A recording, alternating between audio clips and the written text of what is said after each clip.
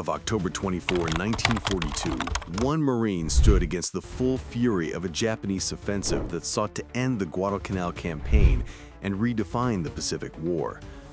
It was 9:30 p.m., 3,000 yards south of Henderson Field. Sergeant Ralph Briggs, posted with 46 other Marines in an observation post, called Lieutenant Colonel Lewis B. Puller, known as Chesty Puller, to report a chilling development. In the suffocating, pitch-black night, heavy clouds obscuring the moon and rain slicking the mud, Briggs had heard Japanese voices, singing and smoking cigarettes, indicating thousands of men advancing toward the American line. His warning gave Puller's battalion only 30 minutes before 3,000 soldiers of the elite Japanese Sendai Division were set to strike. The Americans, holding a defensive perimeter around Henderson Field, had 11,000 Marines and Army troops facing 20,000 Japanese soldiers on Guadalcanal. Japanese commander, Lieutenant General Harukichi Hyakutake, viewed this as the Pacific War's decisive battle, having spent 2 weeks positioning his forces.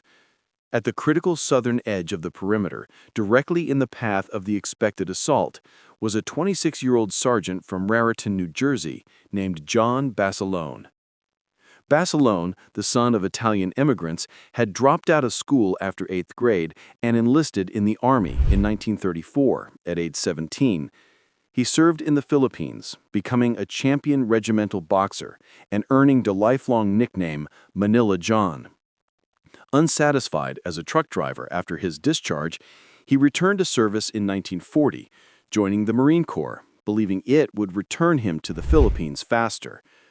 With his previous experience and weapon expertise recognized, he was assigned as a machine gun section leader in D Company, 1st Battalion, 7th Marines. His Army training made him intimately knowledgeable with the M1917A1 water-cooled heavy machine gun, a complex and devastating weapon. The Marines on Guadalcanal were exhausted, fighting since the August 7th landing and the capture of the Japanese airfield, which they named Henderson Field. The invasion, Operation Watchtower, had been hastily organized due to radio intelligence that the Japanese were building an airbase that would threaten Allied supply lines.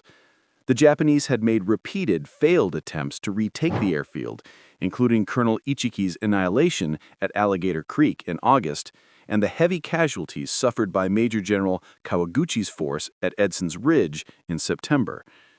By mid-October, the Japanese had learned from their failures and massed for a major offensive.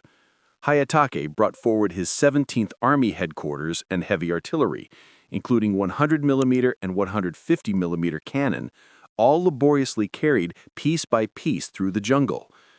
On October 14th, 2 Japanese battleships bombarded Henderson Field with nearly 1,000 rounds of 14-inch shells, temporarily knocking out the airfield. Japanese transport ships used the reduced air threat to land over 4,000 troops and heavy equipment. Confident of victory, Hayatake ordered preparations for accepting the American surrender. Japanese leaders in Tokyo believed retaking Guadalcanal would force the U.S. to negotiate peace.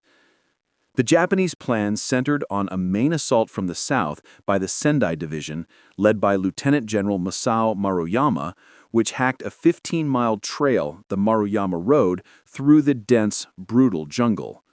Each soldier carried an artillery shell for the mountain guns being manhandled through the mud, resulting in slower than expected progress. Japanese commanders, with complete disregard for the Marines and no reconnaissance of the defenses, planned a simple movement to contact, a charge to seize the airfield. The attack was delayed until October 24th. A diversionary attack on the 23rd at the Matanikaw River, led by 9 tanks, was crushed by Marine artillery fire, with more than 6,000 rounds fired. The diversion, though failing completely, shifted American attention, leaving the southern sector, where Basilone's guns were, thinly held. Puller's 1st Battalion, 7th Marines, with only about 1,000 Marines, was responsible for a 1,500-yard line originally meant for a full regiment. Basilone commanded 6 M1917A1 water-cooled heavy machine guns, each requiring a crew of at least 3 men. The guns, weighing about 100 pounds with water and tripod, could fire 500 rounds per minute. His crews had cleared fields of fire, stockpiled ammunition, and filled the water jackets. Many of his men were sick with endemic malaria, fighting with fevers and exhaustion, yet they stayed at their positions. After Briggs's warning, Puller called for artillery and reinforcements from the Army 164th Infantry Regiment, which would take time to arrive. Basilone alerted his crews to check their weapons and wait. In the total darkness, the Marines heard movement, Japanese voices, the clink of equipment, and then singing as the Japanese soldiers advanced with no attempt at noise discipline, believing the Americans would break. When the singing stopped, a 30-minute Japanese artillery and mortar barrage hammered the ridge. Once the barrage lifted, the infantry assault began, with hundreds of Japanese screaming "Banzai" and charging up the ridge. Basilone's 6 heavy machine guns opened fire, the sound deafening, the tracers arcing through the night. The long, sustained bursts of fire cut down the first wave, but the Japanese pulled back, regrouped, and came again in a larger, better organized second wave, throwing grenades. Basilone moved constantly, directing fire, clearing jams, and bringing up ammunition. When a direct hit destroyed one gun and killed 3 crewmen, Basilone, quote, grabbed the spare gun, dragged it to a new position, set it up, and opened fire. Ignoring the pain, he fired the steaming hot gun, burning his hands on the metal. By the time the second wave broke, 2 of his 6 guns were destroyed, and ammunition was running low. The third Japanese wave hit simultaneously across the line, with Basilone's sector under the heaviest pressure. As ammunition became critically low, Basilone made a decision that violated every tactical principle. He ran 150 yards back to the ammunition dump, through the pitch-black, enemy-infiltrated jungle, carrying only his .45 caliber pistol. He loaded himself with staggering weight, about 90 pounds of belts and cans, and ran back to distribute it to his crews. Basilone made this run 3 more times during the night. On his second run, he encountered Japanese infiltrators near a fallen log. In a brief flash of artillery fire, he dropped the ammunition, drew his pistol, and killed 3 Japanese soldiers at close range before the others scattered. On his third run, he was forced to throw himself flat multiple times as mortar fire fell along the trail. On his fourth run, he was utterly exhausted, shaking, his vision blurred, operating on adrenaline and willpower, but he made it back. Around midnight, with another gun destroyed, Basilone realized the Japanese dead were piled so high they were blocking the fields of fire, preventing the guns from depressing low enough to hit advancing Japanese. He called for volunteers, and Marines crawled out under fire to drag the enemy bodies out of the way, allowing the guns to resume effective fire. The battle continued, wave after wave of determined Japanese soldiers charging the ridge. Around 2 a.m., Army reinforcements from the 164th Infantry arrived to add depth to the defense. Around 3 a.m., Basilone's guns ran out of water as the jackets had boiled dry from sustained firing. In a desperate move, Basilone and his crews urinated into the water jackets to keep the guns cool, and it worked. By 4 a.m., the Japanese attacks grew less organized, and at dawn they stopped, withdrawing into the jungle. The scene in front of Basilone's guns was horrific, with hundreds of Japanese dead piled up. Later estimates placed the Japanese dead in Basilone's sector at nearly 1,000. Basilone himself was credited with personally killing at least 38 enemy soldiers, many at close range with his pistol. Of the 16 men in his 2 machine gun sections, only he and 2 others survived the night unwounded. The Japanese tried again the next night, October 25th, but Puller's reinforced battalion repelled them, and the Japanese lost another 300 men. General Hyakutake called off the offensive at dawn on October 26th, The Sendai Division was destroyed as a fighting force, losing over 1,500 dead. The Americans had lost approximately 60 killed in the two-day battle. The American victory at Henderson Field was the turning point of the Guadalcanal campaign. The Japanese had committed their best troops and heaviest firepower, and its failure meant they had nothing left to try. The Sendai Division, an elite formation, was shattered. After the naval battle of Guadalcanal in November, which destroyed a Japanese reinforcement convoy, the Japanese High Command accepted that Henderson Field could not be retaken and began planning an evacuation.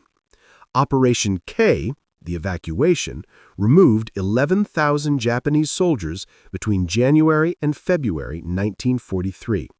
Another 14,000 had died on the island from combat, starvation, and disease.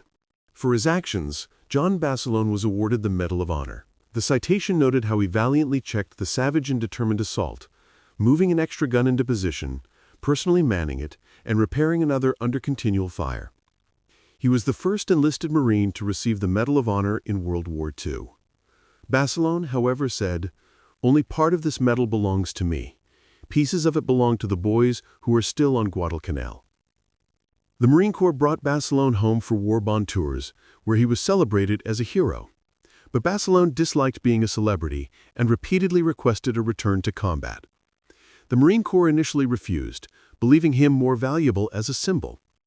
Finally, in late 1944, he received orders to return to the Pacific, assigned to the 5th Marine Division for the invasion of Iwo Jima. On February 19, 1945, Gunnery Sergeant John Basilone landed on Red Beach with the first assault wave. The Japanese had fortified the island with interlocking fields of fire. Basilone encountered a heavily fortified blockhouse, pinning down Marines on the beach. He attacked it alone, working his way to the top under enemy fire to drop grenades and demolition charges through the gun ports, destroying the blockhouse and killing its crew. With the blockhouse eliminated, the Marines could advance. Basilone guided a trapped Marine tank out of a minefield, walking in front of it and exposed to enemy fire. Minutes after clearing the tank, John Basilone was killed by a Japanese mortar shell. He was 28 years old and had been on Iwo Jima for less than 3 hours. For his actions, he was posthumously awarded the Navy Cross, becoming the only enlisted Marine in World War II to receive both the Medal of Honor and the Navy Cross. Basilone's story became a legend. Lieutenant Colonel Chesty Puller later reported nearly 1,000 enemy dead in front of his positions. The Japanese, heavily influenced by the warrior code of Bushido, which emphasized spirit over material, had consistently underestimated American military capability. They believed their superior fighting spirit could overcome enemy firepower, and that Americans, who valued their lives too highly, would break and run. The Marines, however, emphasized firepower and defensive positions, and they fought with discipline. The night of October 24th proved the Japanese assumption catastrophically wrong. Basilone's crews held their position, even when outnumbered 20-1, wounded, sick, and running out of ammunition. This was a fundamental cultural shock for Japanese commanders, who had to grapple with the reality that their troops, despite showing maximum fighting spirit, had failed not from lack of spirit, but because they had run into an enemy with superior firepower, better defensive positions, and equal determination. The Battle of Henderson Field proved that American forces could stand and fight against determined Japanese attacks, and that firepower could defeat mass infantry assaults. It marked a psychological turning point. The Japanese realized they were facing an enemy that would not break, had industrial superiority, and was willing to fight as long as necessary to win, forcing a shift to a defensive strategy aimed at making the war too costly for America to continue. This defensive strategy failed, as the American response to casualties was to produce more weapons and fight harder. John Basilone's job that night was arguably impossible, holding a 1,500-yard line with 1,000 Marines against 3,000 Japanese. But he and the men of the 1st Battalion, 7th Marines, made it possible. They fought because that was what Marines do. And they won because men like John Basilone refused to accept defeat. The effectiveness of the M1917A1 machine gun, combined with Puller's smart defensive positioning, created a killing zone that no infantry force could cross. The ultimate victory came down to individual Marines, like Basilone and others, making the decision to hold. They held the line, ensuring Henderson Field remained in American hands, and were the reason the United States maintained its foothold in the Solomon Islands.